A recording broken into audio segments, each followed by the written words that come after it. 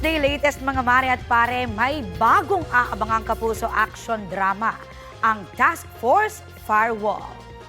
Muling magkakasama sa proyekto sina Kylie Padilla at Jack Roberto na dati nang bumida sa GMA Afternoon Prime na My Father's Wife.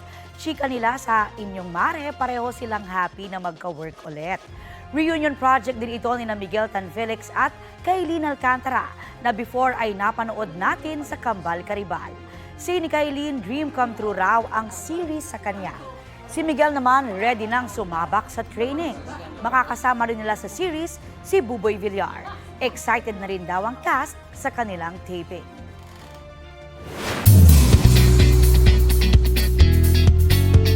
Action-packed at overload sa kilig ang premiere ng Kapuso Prime series na Never Say Die. Gusto mong manira ng mga taong sinusugal lang ngayong buhay nila? That's why you're just a vlogger. Puro kababawan ka lang.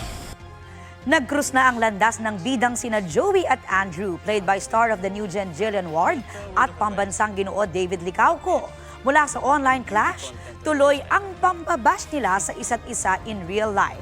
At dahil sa isang alitan, mukhang simula na ang kompetisyon sa pagitan ng isang vlogger at isang journalist. Sina Jill, David at ang production team ng Never Say Die dumalo sa isang misa bilang Thanksgiving.